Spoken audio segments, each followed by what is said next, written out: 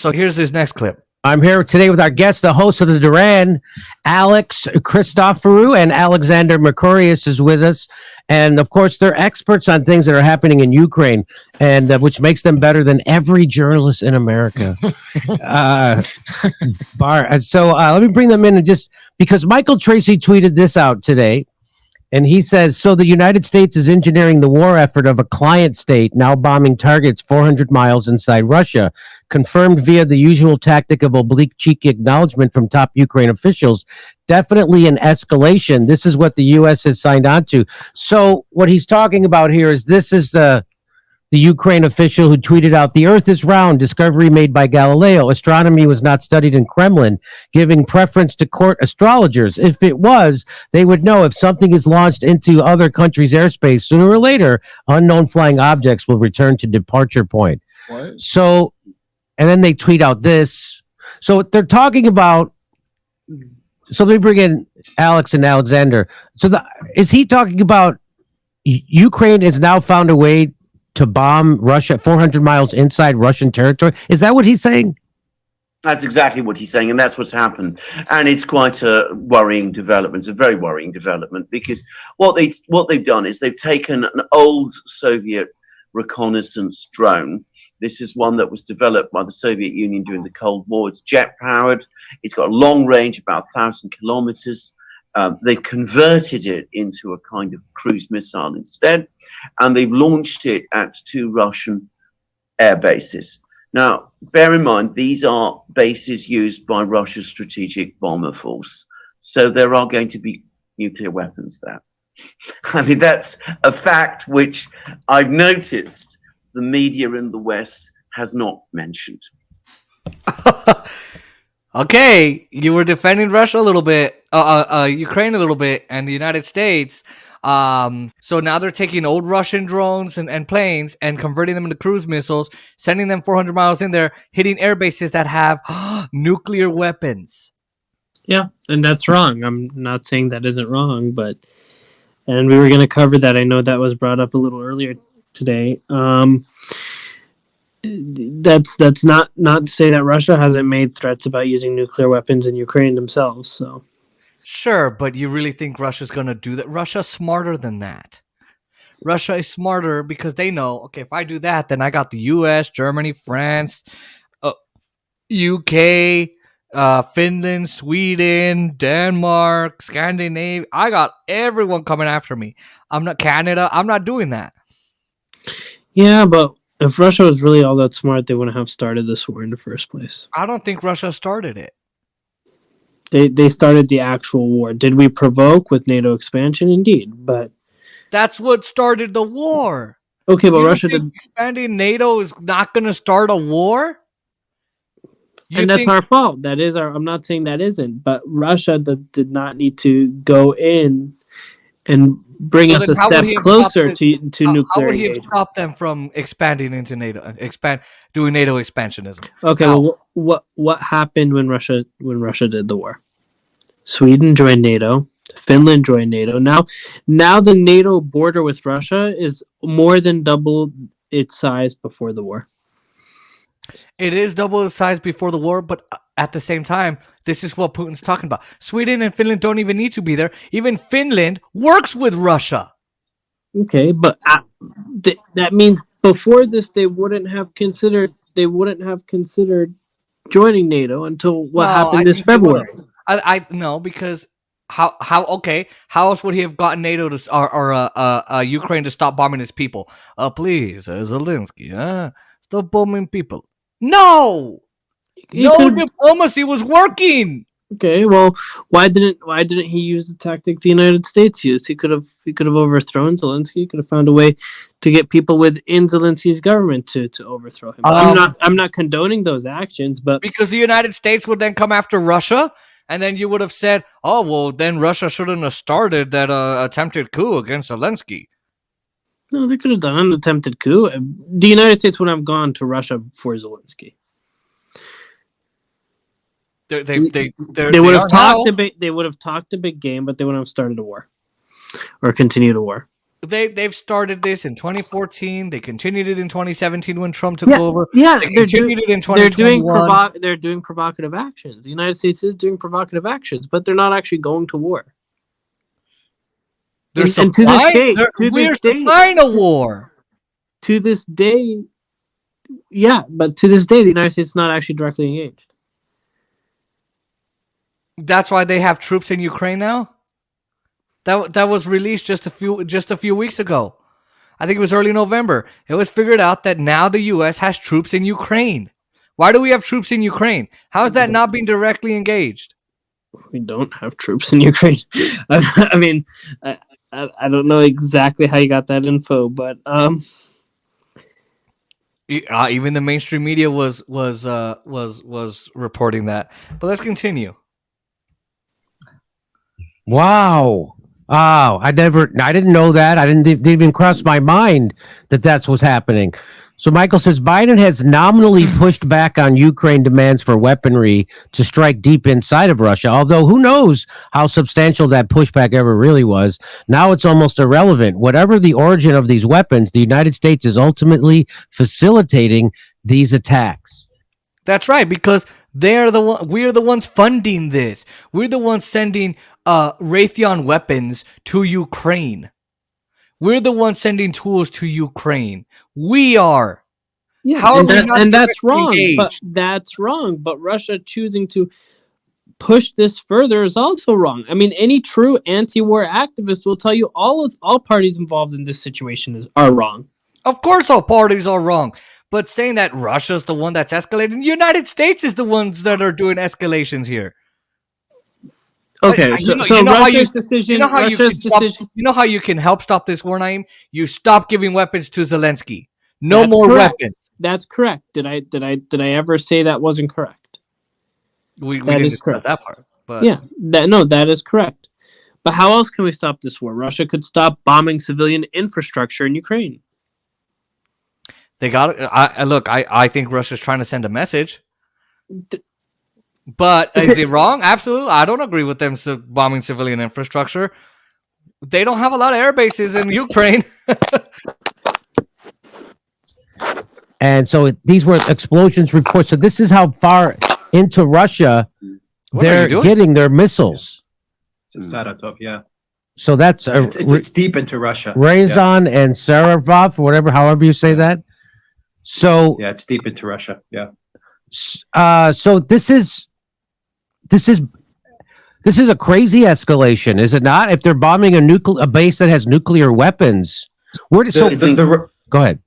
No, the Russian Ministry of Defense they came out and they said that their air defense did intercept these missiles, and much of the damage was from debris. Okay. Now, there's no way to confirm that. This is what the Russian Ministry of Defense said, and there were casualties. I believe 3 people died from this debris from these missiles. Of course, who knows what the truth is. But the interesting part about this story, I think, is that this attack came at the same time that Victoria Nuland, the Under Deputy Secretary of State, the person who was in charge of the Maidan coup in 2014, was passing out the cookies at the Maidan. She was in Kiev for a day. She spent the day in Kiev with Zelensky, with his team, and now you have this strike. And it comes also at the same time where you're starting to hear from Macron in Germany talk about trying to find some sort of ceasefire, perhaps giving Russia some sort of security guarantees. And now you have this drone/missile attack, whatever you want to call it, deep inside Russian territory. So the thing I'll say here is, look, I mean, that's evidence Ukraine does not want to end the war. No, exactly, because now that Germany and France are trying to find ways to end the war, right? And look, do I agree with Russia? No. But what I will say is here, and if you look here, what's going on is, I mean, they're trying to provide those securities. They're trying to provide, give Russia that. Isn't that what Russia has been asking for from the beginning? And nobody would give Putin that. I'm not trying to say Putin is right here. What I'm trying to say is, remember that I don't have it here right now, but remember that video I showed you of the BBC, and they had a guy, one of their ministers from Russia, say, "Look, we just want security for everybody, including the Donetsk region, the Donbass region. That's all they wanted." And they're sending it into nuclear weapons, a base of nuclear weapons. I don't know that we can believe the minister of Russia saying, "Hey, we intercepted it." Yeah. But take that with a grain of salt. Again, it's still Russia. Whatever country's government, you should take with a grain of salt, No, especially I our agree. intelligence community. No, Our- I agree. Our intelligence, Russian intelligence, all these guys are Yep. known for all kinds And- of slimy, deceptive tactics. And I don't think we disagree as much as we think we disagree with each other on this matter. I think what it is I just feel like we cannot in the realpolitik sense, forget, because I'm an anti-war person. Yeah. But in the realpolitik sense, I do think Russia lost more from this than the United States lost. In terms of superpower or power competition or whatever you want to call it, right? I think that Russia did in fact lose more than the U.S. I do think, however, both sides are in the wrong, and I do think just as much as Putin has to be held legally liable for this, George W. Bush had to be held legally liable for his war in Iraq and Afghanistan, and I think that Zelensky has to be held liable for his provocative actions as well. Right. And the other thing I'll say too is this. Yeah, both sides are in the wrong. I understand that. But I think with the United States, maybe it feels like Russia lost more and the United States didn't. But that's because the true economic new economic fronts that all these other countries are trying to build away from the West and away from the United States haven't been felt yet. I think once those are felt, I think that's the better case to make there. And hopefully. I just don't know that Russia will benefit from any of that. Well, they have an alliance with China now. I don't think anyone really trusts Russia. Even China, Xi Jinping clearly does not trust Russia that much anymore. The trust for Russia has gone down, is what I'm saying, even from their allies. I'm not sure. Because, the Chinese don't trust anybody. No, that's true. That I'll get, yeah. They don't but even like the Indians and Russians had a good relationship, and now even Modi's kind of telling Russia, "Look, you guys are doing things that no one should be doing in the 21st century." And that's coming from Modi, who himself is he's got his own problems. It's like the big brother trying to say, like, "Hey, dude, I wouldn't do it. I mean, I'm still doing it, but still, don't do it." Yeah, basically. Coincidence? Maybe not. So just like when So, by the way, I'll say, if Russia wants to end this war, Mm-hmm. and Modi shouldn't speak anyway, and the United States is saying we got to end this war, I don't believe them, and I also don't believe Ukraine wants it. And if Europe, two countries in Europe, Germany and France, are trying to establish some kind of peace deal, some kind of ceasefire, and say, "Hey, Russia, we'll give you some securities," I think Ukraine is ruining it now. And they're doing it on purpose, too, because if they stop the war,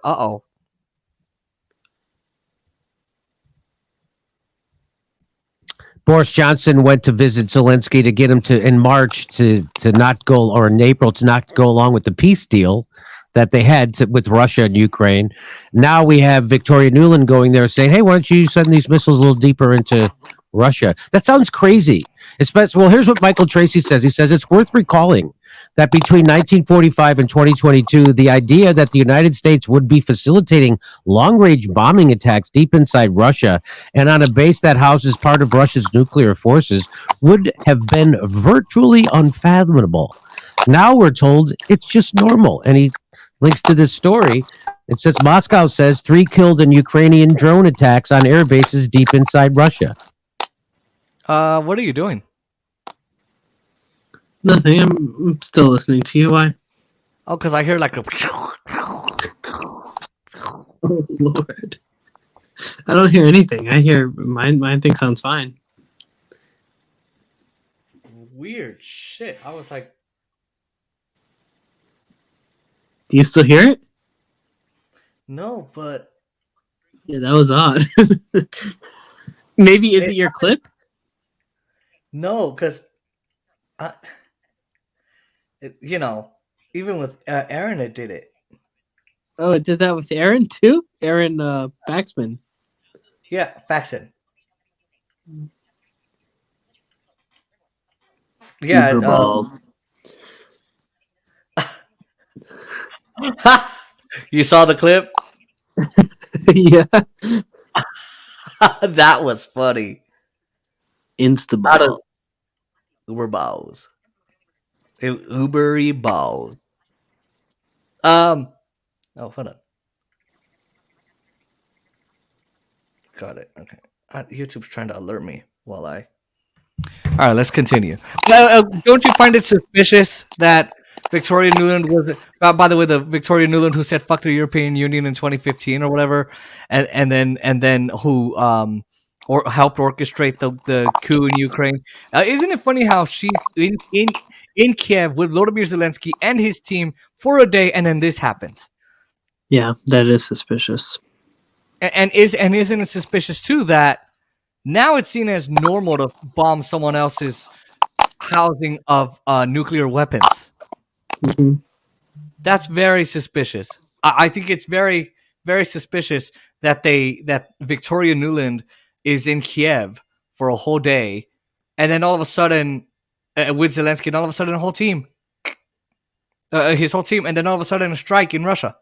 And the fact that the Ukraine is not stopping, what they're doing is they're developing ways to bomb further into Russia. The escalatory progression of the war has followed a very predictable pattern. For example, when Ukraine escalated by committing the terror bombing on the Crimea Bridge, Russia escalated in turn by launching massive airstrikes on Ukrainians' electric infrastructure and so on. That's when they decided to go after the infrastructure. Despite how easily identifiable this escalatory pattern is, it constantly gets obscured in a tsunami of propaganda. To simply note, U.S. Ukraine have committed escalatory acts is seen as morally depraved. So people are chronically confused, deceived about the reality of the situation. So that's a pattern that he's kind of picked up on. Would you agree on that pattern that the United States is provoking these escalations? Yeah, Absolutely. I do. Why do you agree? because if you look at it this way, right? If the United States really did want the war to end as fast as they talk them about wanting it to end, they would have made diplomacy front and center versus defense spending in support of this war. First of all.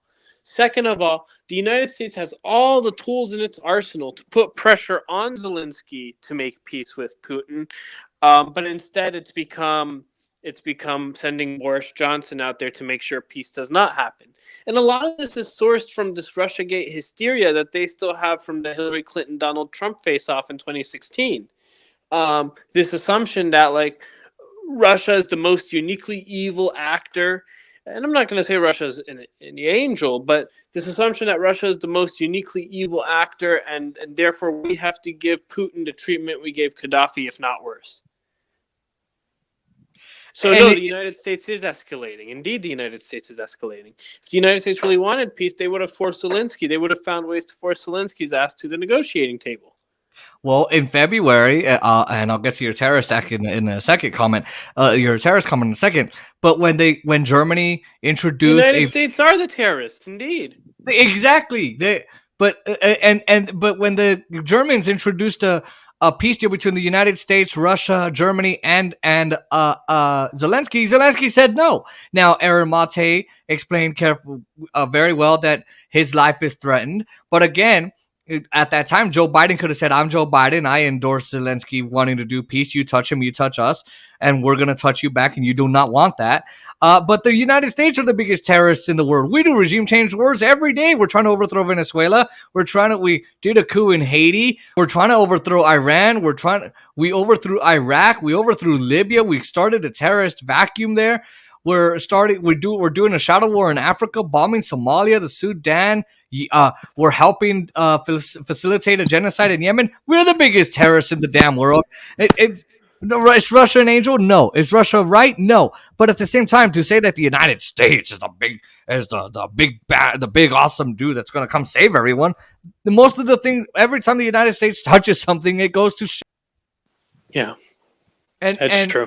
And that's the same with Muammar Gaddafi. Muammar Gaddafi, he actually kept terrorists out of Libya. They just wanted another regime change war. That's it. Yeah. I mean, I have to say I agree with on behalf what of Alex France said. and Britain, by the way, that one was. How? France needed more access to Africa. They were losing their grip and colonial control over Africa because Muammar Gaddafi was the primary funder and primary instigator of the African Union and allowing it to grow. So when the African Union was growing stronger and telling France out of Mali, out of Senegal, out of Niger, out of these regions, France got a little upset about it. Same with the British. They were doing some activities in East Africa and in Southern Africa. That different coal mining and mineral mining and all kinds of different crazy things, and the French and British were being pushed back on by Gaddafi. So the United States, and then his gold dinar project. I don't know that was front and center, but that did play part of a role in why the United States wanted Gaddafi out, because if Africa pegged its currency to something that was actually quantifiable like gold, not some fiat currency, right? It would have made the African currency the strongest currency in the world, the gold dinar. So there were fears around that, and I'm not saying that it's all imperialism. It's all imperialism, and now China's practicing imperialism in Africa. Well, if the U.S. did it, why can't China do it? I'm not saying it's right. But I don't think anyone should do it. I think just leave. I think just leave Africa alone. Prosper on its own. Let it grow and prosper on its own. Yeah, let Africa. I think with the United States intervening, they're keeping Africans poor. They're keeping it a third world country. Exactly. Like anyway, so you and I mean, we're anti-war, we're anti-imperialism, but not the Joe Biden left. Said in this respect, I do not believe that Ukraine, which is completely dependent on the United States, would have launched an attack on two such important, such sensitive Russian air bases without having a green light given to it, but at least someone with authority in the United States. I'm not saying the president himself was directly involved or the Pentagon, but I would not be surprised personally, given her background, if Victoria Nuland said, if you do it, we'll give you the political cover you need. And it is normalizing this pattern of escalation, because every time that this is done, the pressure on Putin in Russia is to do more. And people... Yeah, again, someone of authority had to do it. Are we saying it's Joe Biden? No. Are we saying it's Kamala Harris? No. Are we saying it's Nancy Pelosi? No. But someone in high authority in the United States had to do it. Now, did Joe Biden send Victoria Nuland out there? I don't know. Did Victoria Nuland just say, I'm just going to go to Ukraine on purpose? Maybe. I don't know. I honestly cannot say that. What I can say is Zelensky is a puppet of the U.S. and of the West. So he's going to he's going to get a green light. Someone gave him a green light. Who was it? I don't know. But again, when we talk about, hey, Russia didn't need to do this, Russia didn't need to invade, Russia didn't need to do that, and I know I'm not trying to say you're not saying this. Well, Ukraine could also not send missiles into Ukraine. Ukraine could also Ukraine could also not send missiles into Russia. Ukraine could also not kill Russian natives, and Ukraine could also accept securities and accept a peace deal. And the United States can stop facilitating a war and facilitating Ukraine's aggression by by stopping their defense spending and instead and their economic aid spending, and instead forcing Zelensky into a peace deal. That's exactly what could happen. Did someone of authority give them the green light? Possibly. Yeah. People don't like to admit the fact that he is under pressure in Russia to do more, and that Russia has a public opinion that, asks, why is this happening? Why are you letting it happen? Why aren't you doing it more? And of course, he will do more in response to this. And it's a very, very dangerous thing. I mean, sending missiles to an airbase where there are nuclear weapons it's beyond reckless, if you think about it. Yeah, I mean, if I'm getting missiles launched into my nation, you think I'm not going to answer you back? Especially if you've rejected every peace deal I've offered. If you allowed the UK and the United States to intervene on a peace deal that I wanted as Russia's president, you think I'm going to just sit there and let you bomb me and not bomb you? Russia's bombs are as strong as the United States. Yeah. You don't think Raytheon's selling to Russia either? Oh, please. Raytheon loves this. Okay? I'm not just picking on And Raytheon. so do the Russian arms dealers. They love the shit out of it. Absolutely. They're raking in the money. The point is, though, It's the civilians who are dying as a result of all this. Right. Exactly. But if Russia's getting bombed like this, well, what is their ultimate pressure going to be? The Russian people are not happy. Putin's not going to ignore the Russian people. And he's also not going to look like a chump. So he's going to respond back. It's simple. Tit for tat. It's beyond reckless to shell a nuclear power station, but that's happening as well. And sooner or later, something. That's true. Yeah, the Russians are shelling Zaporizhia, so are the Ukrainians. They're what? The Russians and Ukrainians both are shelling Zaporizhia nuclear power plant. That could end in catastrophe. Yeah. So and again, this is absolutely a bottle of stupidity, honestly. Yeah. A whole load of stupidity. The whole is going to happen. Yeah. Which is going to be much more dangerous and much more frightening than anything we've seen. So how would you sum up where the war is right now? Well, the thing that's happened is that, of course, the United States poured weapons into Ukraine over the course of the summer. That enabled Ukraine to regain ground. It meant that the war was prolonged. It meant that thousands of people, perhaps some say tens of thousands of people, mostly Ukrainians, have died. And it has provoked the Russian escalation. So the United States... Because if you remember in April, May, Ukraine lost a lot of ground to Russia. Yes. And instead of telling Russia, all right, look, we get it. Let's have you back out. I'm going to call Zelensky and he's going to do what I tell him to do because we're the United States, we're his puppets. We're going to give you security. We're going to do whatever we want. Instead, the United States spends more on Ukraine, sends more weapons into Ukraine, and in turn, tens of thousands of Ukrainian citizens pass away. Mm-hmm. The United States did that. Okay, just saying. So the Russians are now building up their forces. They're building fortifications. They're sending tanks, all kinds of machines to Ukraine. They're going to be outnumbering the Ukrainian army fairly soon. And all the indications are that they're planning to grind, as they say themselves. This is what the Russian overall commander in the area, a man called Surovikin, has said, that they're planning to grind Ukraine's military down. So they're going to do it slowly, bit by bit. They're going to dismantle its army and grind down its economy. Now and we have to be, never forget this, that means people are dying. And, both Alex and I, who follow this war closely, we're seeing everyday pictures, film of what that means from Ukraine. People dying in the most horrible ways, in cold trenches, like in the First World War, under the weight of Russian artillery. It is terrible, and it's getting worse every day. And Ukraine is bleeding gradually away. And that's something also which we should be trying, I think, logically to try to stop. Yes.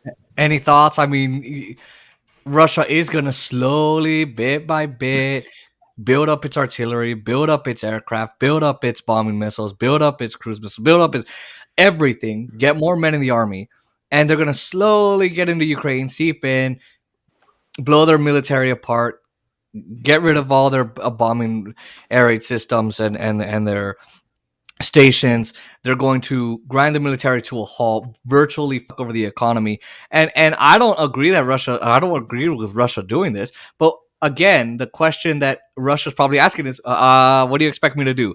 I've tried twice, possibly 3 times, to do a peace deal. And Zelensky's killing his own people with this. Correct. Instead of coming to now, can he come to the table and say, I want to do a peace deal? He tried, and the United States and Britain stopped him. Yeah. So the question then becomes, who wants the war more, Ukraine or the United States? Mm-hmm. And I think the United States is going to cause this, that they're going to turn it, oh, see, look what Russia's doing. And it's a whole cycle. Well, Biden now is asking in either if there's an omnibus that is passed to keep the government open or a continuing resolution. He's asking that another $47 billion be issued in funding for Ukraine. $38.8 billion of that being directed at military projects, and the remaining being directed at economic and humanitarian aid. But 38.8 more billion with a B, than he's already gotten for Ukraine. And he's asking that this be shoved through before the Christmas holiday, this be shoved through before the end of the year. And we're going to see if that happens. I suspect that definitely most Democrats, a vast majority of Republicans as well, will go along with this because more defense spending, right? That's what we love to do around here. That's right. We won't solve homelessness. We won't build more houses. We won't do a housing first policy with $20 billion. We won't send your kids to college for $60 billion to $100 billion. We won't give you health care. We won't get 100,000 veterans off the street. We won't end child poverty. We won't end hunger in the United States. We won't do any of that, but we'll send $47 billion to Ukraine. Yeah. That they could solve homelessness twice. And again, I mean, he wants this because you're saying that the Republicans won't fund for military or economic aid. One of the two?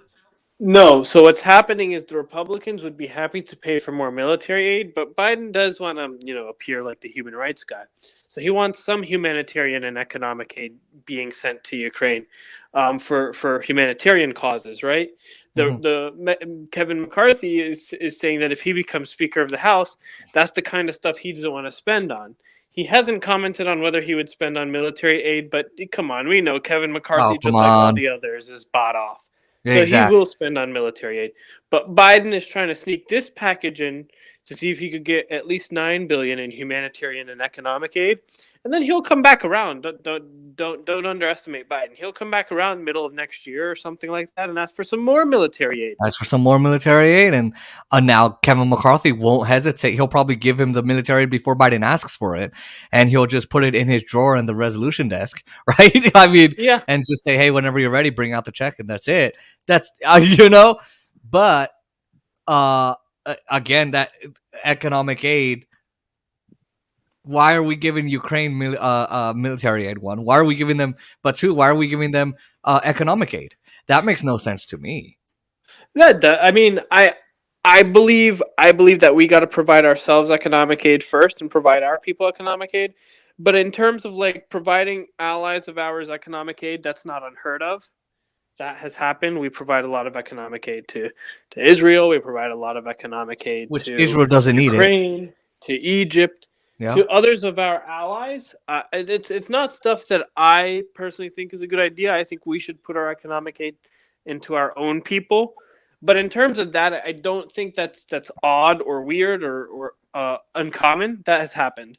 But at the same time, the Republicans are not fans of giving any nation economic aid, except they love to give Israel economic aid. Israel, which they don't need it, by the way. Other nations economic aid, So they don't want to give Ukraine any economic aid anyway. But these are the same Republicans who will not give us economic aid here as American Exactly. citizens. So And exactly, and the Democratic Party either.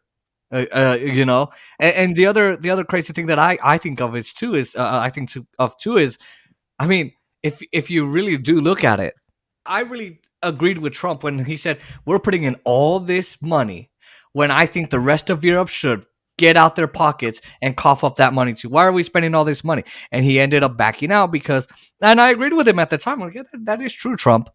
We should be spending less. There's 193 nations in the world, or something like that, 95, whatever it is. yeah. Why? Okay, so I definitely agree with Trump on that. And I know, you're a Trumper. No, I just agree on policy. Not every policy. I disagree with 98% of what he does. 99, maybe.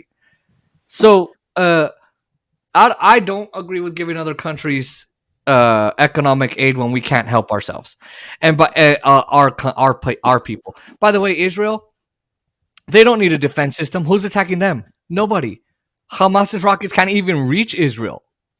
Yeah, they have a more advanced, newer age technology defense system than the United States with their Iron Dome thing, and then they provide healthcare to all their citizens. Exactly, they provide universal health care. So where are we helping them? I right? So both the Republicans and Democrats are pretty stupid on this issue. But again, Biden's asking for all this money. We don't need to be spending all this money, and that's going to just Russia's going to see that as, okay, well, you're going to give Ukraine more money. All right, go ahead and build up our military so we can grind Ukraine down to its knees. Great, thank God, Joe Biden's president. Yeah, the United States, Jimmy, has they've come to the decision that they're not going to get a quick regime change like they started out with way back in March, April. The plan was let's put as many sanctions as we can on Russia. Let's try to get a regime change through an economic war of attrition. We'll overthrow the Putin government, and we'll end this thing quickly. We'll be in Moscow. We'll get all their resources. We'll split Russia apart. We'll balkanize it, and everything will go back to normal in a couple of months. The United States now, they have admitted that they are not going to get a regime change in Russia now. They've understood that. I don't know why they thought they could do that and split Russia apart and get their resources and then do this and bucket. Why well, their hope was that because what Putin did that was unique at his time. So he's been able to hold all the different separate ethnic groups in Russia together. The Chechens, Chechnya, after he bombed them to smithereens, he got them to submit to his will. He had Ramzan Kadyrov serve as his puppet in Chechnya. So the Chechen Muslims had no choice but to submit to his will. That's why lots of them ended up fleeing and joining ISIS in Syria, is because they wanted to fight against the Putin regime, actually, funny enough. Mm-hmm. So Chechnya, once Putin is out of the picture, will declare their independence. Dagestan, which is another Muslim region of Russia, would probably do the same thing. Siberia is very culturally different from European Russia, so they would probably break off and become their own thing. And then the far east of Russia is more culturally affiliated with Mongolia or Japan, way out there, than they are with European Russia. So what we know as Russia, the Russian culture, is really just Moscow, St. Petersburg, Stalingrad, that whole area, right? That's really all that's Leningrad, all that area. That's really the area that's European Russia. And ultimately that will eventually become its own country, separate from all these other regions, because all these other regions are religiously diverse or ethnically different, are politically different, and have different goals for the future of their people. So Putin, through his authoritarian iron fist approach, was able to keep everyone together. The U.S. assumption was as soon as Putin falls, all the dominoes fall, and everyone's going to start declaring independence. And that is very, very possible. We will have to see if that actually comes to fruition, but that is very possible. So the U.S. was hoping if they could knock Putin out, I mean, eventually Putin's a human, just like any others of us, and he hasn't set a succession plan, a succession or contingency plan in place yet. So we don't know what his plan is for after he passes away. But it's very likely that there aren't qualified successors after him when he passes away. Maybe Ramzan Kadyrov, who is the head of the Chechen Federation, the Chechen region, Chechnya, but he would probably be more concerned with becoming big bad president of Chechnya. He will betray Putin at the first opportunity he gets. Right now he's Putin's tiger. Right now he's a big pro-Putin advocate. But in the long term, once Putin's out of the picture, I could see him turning his back on Moscow and becoming his own thing. And I think that's what's ultimately going to happen. Whether Putin leaves through natural causes, through death, or through the Biden administration trying to oust him from power. Once that happens, Russia, there's a possibility, I'm not saying it's a guarantee, but there's a possibility that Russia as a whole, as a federation, will fall apart because there are too many moving parts within Russia. Too many different cultural, ethnic, and religious dynamics that allow it to naturally split apart and become 1,000 different fractured pieces. You know what I mean? Fragmented pieces. Right, exactly. And I think Putin needs to be careful here of all that you said because, I mean, I think he should train a successor now. Now is the time. Putin isn't training any successors because he's afraid someone's going to overthrow him. It's the paranoia. He's not training any successors. He's not cultivating any new leaders. He's not cultivating or mentoring or training new people to succeed him. Going to be interesting. It will have to be. So I believe that the plan now is to try and manage the chaos. How can we manage this war, and how can we extend and prolong this war as long as it takes? That's what they're constantly saying. We're going to support Ukraine for as long as it takes. They don't tell us what that means. What does it mean? As long as it takes? What exactly is this all about? How long is as long as it takes? They don't say that. They want to manage this conflict. They want to extend this conflict. And one of the reasons they want to extend this conflict and manage it is because business is good. Project Ukraine is good business. It's good for the military industrial complex. Absolutely. It's good for all the money washing via FTX and Sam Bankman-Fried and all of these characters. Yep. It's good for the black market arms dealers. We're getting reports that weapons now are funneling into Africa via Ukraine. This is a money-making business. Absolutely. And let me tell you how else it's good, Jason. Let me tell you how else it's good. We are able to sell super expensive oil and gas that we get from Texas or Alaska to France and Germany. Then Russia is able to sell their gas that the French and Germans refuse to buy out of some moral obligation. So Russia goes and sells their gas on the black market for double or triple the price to Saudi Arabia and the United Arab Emirates, right? The UAE and Saudi, who claim they are our allies. Right. They will buy black market Russian gas. What they will do is they'll mix it with their own gas and then sell it on the market as Saudi or Emirati gas. That's right. Yeah. And so then they turn that money around. They get a killing. The Russians get a killing because they're selling it on the black market anyway. Exactly. And the Indians and Chinese are getting a killing because they're getting Russian gas at a discounted price, so they're enjoying themselves. So they're getting things at a discount. They're now saving money because they're not buying from the United States and they're not buying from the European Union. So they're making a great killing. They're saving a lot of money. Will that economic save? Will that those lower expenditures and the saving of all those funds go to the people of India? No, but the point is, they're making a great amount of killing. So and the Saudis and Emiratis, what they're doing is they're buying Russian gas at a discount and then selling it as if it's their own gas. Exactly. So everyone is winning. Russia is selling theirs on the black market. The U.S. is selling theirs to France and Germany. Like everyone's really enjoying it. This is a money making party. Holy, so this is like dollars. And Sam Bankman-Fried is getting a killing out of this too. Yeah, his company went down, but guess what? He walked away with all that money, billions of dollars. Chilling in the Bahamas. And now he's investing in oil because every country is going to be selling a bunch of oil on the black market and other market to each other for discounts, this for double, triple. Everyone's making a killing, and I didn't realize that, so this is why I have you on the show, because I never saw that. I never saw this coming. It's really a moneymaker. That's a huge moneymaker. Right? Thanks for pointing that out, because now I know that. Very difficult. There's been so much money that's been poured into Ukraine now.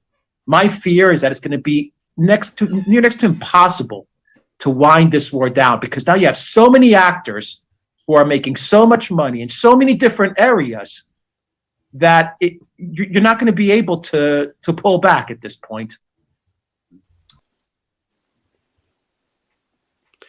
That is correct. No one's going to be able to pull back. I think what's ultimately going to happen is one of them eventually, whether it's the Ukrainians or the Russians, we'll have to see who it is.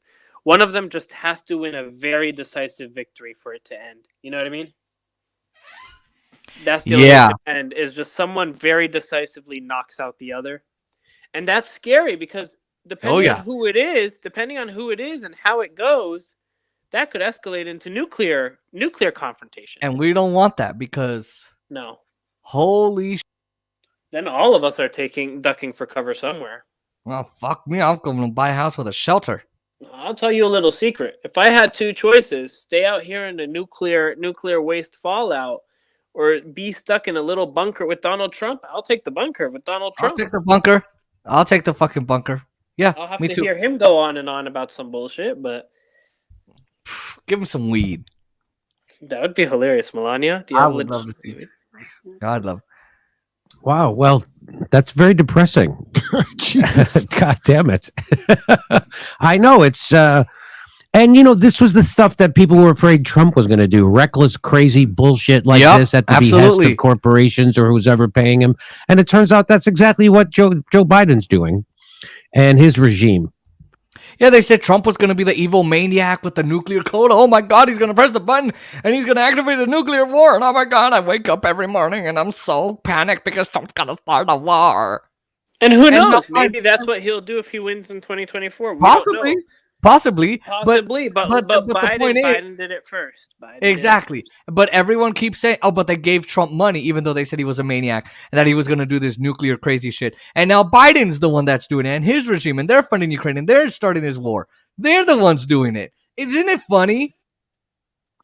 Say that Trump's the evil one, and look, Biden's doing the exact thing that they said Trump was going to do. Yep. Trump's not smart enough to get this done. I'm sorry. I know I'm probably going to upset a lot of, he's so strong kind of guys. Trump ain't smart enough to start this kind of shit. Nor is he strong enough to take on the consequences of it. Honestly, Erdogan is stronger than Trump. If anything, this was the kind of intelligence that Biden and those around Biden would have been able to pull off more successfully than Trump. Absolutely. Well, listen, I really appreciate, I've heard recently that Russia is ramping up 200,000 soldiers is that happening? Absolutely. It is happening all the time. And of course, we're going to be in a situation where the war is going to get way worse. Because hundreds of thousands of Russian troops are joining it, not just troops. As I said, they're sending tanks, machines, you name it, they're sending it. And of course, they're launching all these attacks on the energy system of Ukraine as well. So the war is going to escalate. It's going to get much worse. There's probably going to be a big Russian offensive some point over the next few months. Nobody quite knows when, and nobody quite knows what its objectives will be. And of course, the danger is the Russians do that. We try to do something in response. The Russians then do something else. Barack Obama, he gave an interview to The Atlantic way back in 2016. He said that in Ukraine, the Russians always have escalatory dominance. Those were his words, and he's right. But as Alex says, there is no real incentive at the moment on people who are in power and who are in a position to change this and move it back. There's no real incentive for them to turn it around because, well, I don't want to repeat all the very depressing things which Alex said. Yeah, and we haven't even talked about, Jimmy, that's the refugee crisis that's going to come about from Ukraine. Oh my God, Republicans are worried about immigration now. Oh, they're going to have a whole bunch of...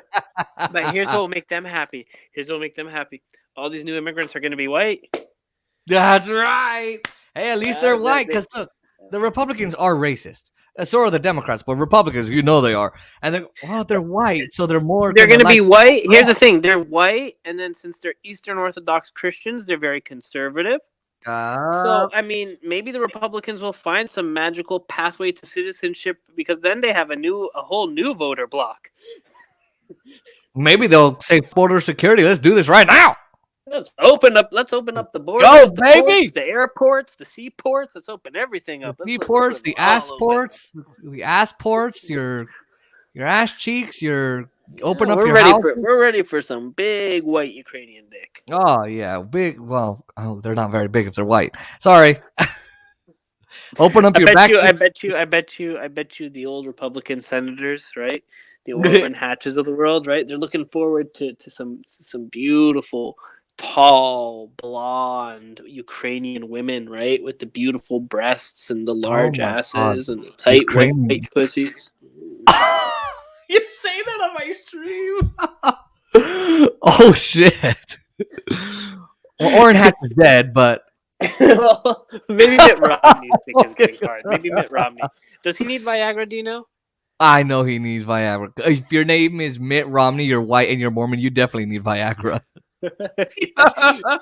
Gonna go take a second wife, and this one's gonna be Ukrainian. Dude, Ukrainian women are just beauties. Oh, they are beauts. They are beautiful. Tatiana. Mm. Alexandra. Alexandra, yes. Okay. Ivana, Svetlana. Svetlana Fedorova. It's one of my friends, actually. Oh, really? Svetlana. Yeah. I mean, that's going to be a huge catastrophe for the people of Ukraine, for Europe. So where are these people going to go if they're cold and they have no electricity, no water, no food? They're going to Where come are they here. going to go? Europe. Yeah.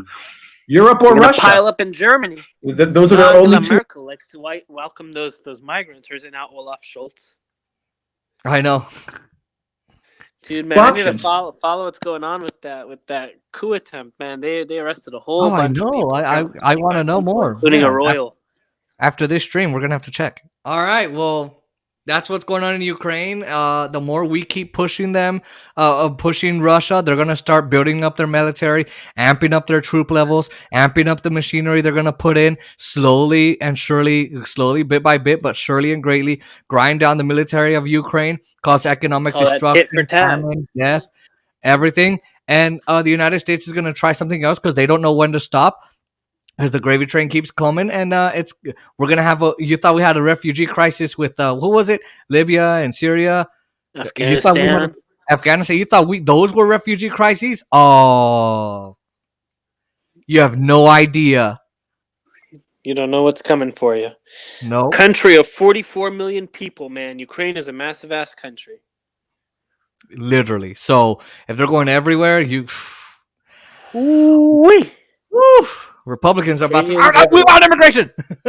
I'm gonna get ready to feast on some traditional Ukrainian stuffed cabbage and some other really good soups. Oh, that sounds yummy. They do make some bomb food, bro. Oh, you know who makes bomb food? Russia. Man. Their wine is. Oh, their sodas are actually really good too. Sodas? Ooh, tell me more about that. They're not as sweet. Mm-hmm. They don't taste like a beer, but they taste more like a beer. Mm-hmm. It's sort of like a kid's entry into Russian beer. It's real good. You need to find it. It's, oh my God. It's like, that's a turn on for me. Like when a girl once brought me it, I was like, we're doing this. You were already sealed the deal, huh? Sealed the deal, baby. Well, Naeem, I'd like to thank you for being on this show with me for 5 hours. I know you had a lot of work to do today, so I'm sorry it took this long. I'll get back to the work. Don't worry. It's always a pleasure, and there's so much more to talk about. Oh my God, we could do 10-hour live streams and we still wouldn't be done. Yeah, like we haven't even gotten to touch 2024 yet and see where that's going. We haven't even gotten to China and Russia. We haven't even gotten to Ursulov and Maloney fighting. We haven't even gotten to North Korea provoking Japan. North Korea provoking the North Carolina substation. What happened there? Like it seems like it was intentional sabotage. Someone shot up 2 power stations or something, and there's a suspicion that it was extremism. They were trying to threaten a drag queen story hour or some bullshit. And Yeah, Wow. they think it's some like far right, anti-LGBT people who shot up this power station, but it's still unconfirmed. Governor Roy Cooper of North Carolina, yes, he's a Democrat in a Republican state, says he will investigate. The Supreme Court is hearing a case from the North Carolina legislature today, actually. That's right. And they're also hearing there's a case of a graphic designer who would 303 not Creative. what is it called? Something 303 Creative. 303 Creative, which is a funny name. Because that's also I think that's the Miami area code. So no, that's a 305. But that she didn't want to help a gay couple, and I think the way the Supreme, remember that gay wedding cake, the baker that didn't want to make a cake for a gay couple. Yeah, basically the Supreme Court Religious decided reasons. that that particular baker was not in trouble, but the law could still stand in Colorado. What she's trying to do, 303 Creative, is actually get the law struck down. Yeah, so I don't know. I mean, I think she's gonna win. If she wins, then the anti-discrimination law that's inside Colorado will be struck down. Because the other gentleman, I think his name was Jack Phillips or something, the cake maker. Basically, what the Supreme Court said was, "Hey, you particular sir, you're not in trouble. You're good, but we're not going to strike down this law." This time, she's going for strike down the law.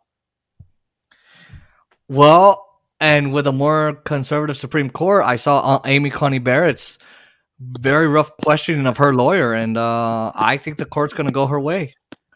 And they're also hearing another case on the student debt, student loan thing. So it's in February. So there's a lot of things going on we haven't even gotten to. So let me close this tab here. I want to thank you for coming on. Make sure you email. Can I give your email? I don't know how. Yeah. If you have any further questions, email me, of course. So email him at nmabualhawa@gmail.com. So let me put that in the chat here. Yes, please. Email Naim Abu Al Hawa at nmabu.